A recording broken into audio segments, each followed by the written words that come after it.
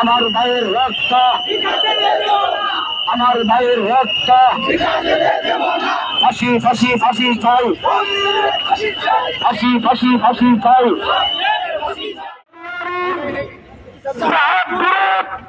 এটা বিদ্রোহ আনন্দ-বিদ্বেষী, যারা আনন্দ-বিদ্বেষী হবে, যারা আনন্দেরকে অবমূল্যায়ন করবে, আনন্দের এলিমকে অবজ্ঞা করবে, তারা মুসলমান হতে পারে না,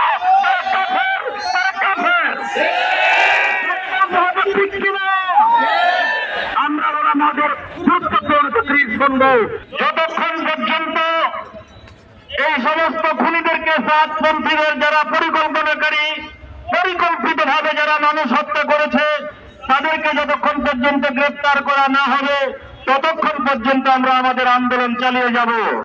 থাকতে পারে, প্রবল থাকতে পারে, সংগ্রাম থাকতে পারে, প্রতিবাদ থাকতে পারে, ঘুমন্ত মানুষকে হত্যা করা যায় না। 2 নম্বর কথা আমি বলছি, আমি স্বাধীনতা করে বলে দিতে চাই, আমাদের লোকজনে কেউ জুবাইর বন্ধু বলবেন না, আমরা হক পন্থী। আমরা কি বলছি?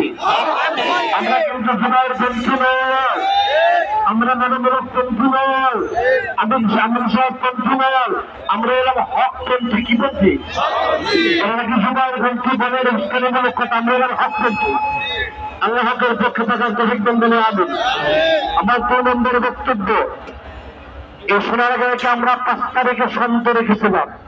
ওলামায়ে কেরামের নেতৃত্বে সোনারগাঁওয়ের পরিবেশটাকে থানা সহ, ইউনো সহ, রাজপথ সহ, প্রত্যেকটা নেতাকর্মী সহ শান্ত রাখার চেষ্টা করেছিলাম, সফল হয়েছিলাম।